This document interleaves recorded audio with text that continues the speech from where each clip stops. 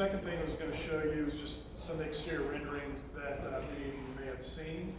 About 2/3 of the stadium is made up of the upper 2/3 is made up of metal, and it's a combination of solid metal and perforated metal. And that perforated metal varies in different degrees of porosity or transparency, and it's strategically placed to address wind mitigation and provide some views in.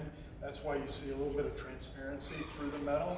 Then the bottom third is more of a solid base, made up of brick, primarily with a little bit of concrete. And then about 10% of the exterior cladding is glass, and that's primarily located at the sidelines to enclose some of the premium spaces, as well as enclose and provide some wind protection at all of the primary entrances to the stadium.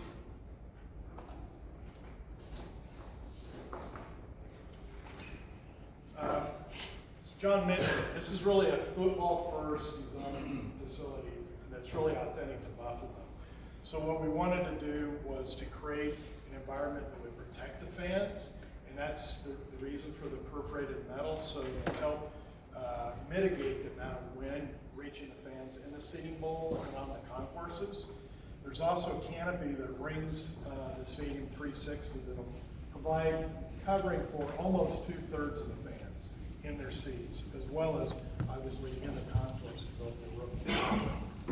It also then provides a really tight bowl, and that allows us to bring fans as close as possible to the stadium, create a really strong home field advantage, as well as providing an open air condition so that we can grow grass.